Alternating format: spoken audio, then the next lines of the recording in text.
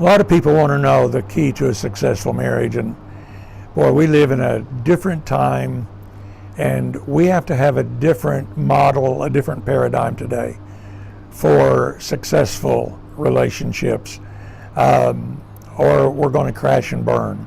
That's why we have somewhere around a 50-51% divorce rate today, and why so many couples do not want to get married, because the examples they've had are not good, and they don't want a mediocre relationship.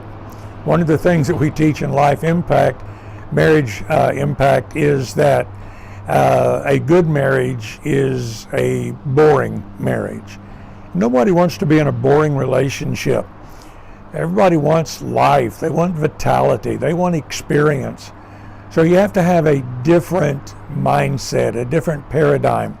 So one of the things that we have in Life Impact, Marriage Impact Relationship, is what we call a radical relationship.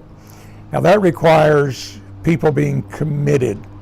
I guess there are probably three things that we need to have a successful relationship. One is obviously good communication skills. And one of the things that we teach in Life Impact is what we call safe communication. Having a way to communicate our needs, our wants, our desires in a safe way so that we're not always creating an argument. The second thing that we probably need for any successful relationship are common goals.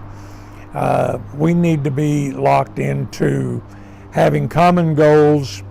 And what I mean by common goals is, I don't mean we give up our individual goals, but we need common goals for the relationship. Where do you want this relationship to go?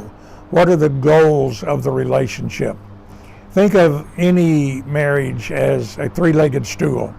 You have one spouse, the second spouse represent each leg of the relationship, and then there's the marriage, that's the third leg. And all three of those have to be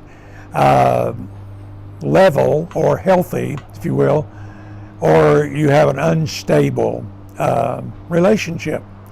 The third thing, and probably one of the most powerful, is that each one becomes responsible for their own emotional state. You can have the other two, but if you don't have the third one, where each partner takes responsibility for their own emotional state, then you end up in a dependent relationship, and that will fail eventually. So what's First tool for safe communication is the ability to take responsibility for your own issues. Your issue is your issue, it's not your partner's issue. And you take responsibility for that issue.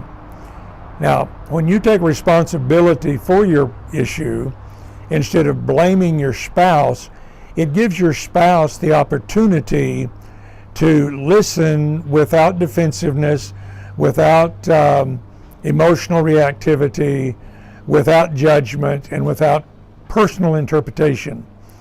But if you don't take personal responsibility for the issue, then the roadblocks are going to be inevitable.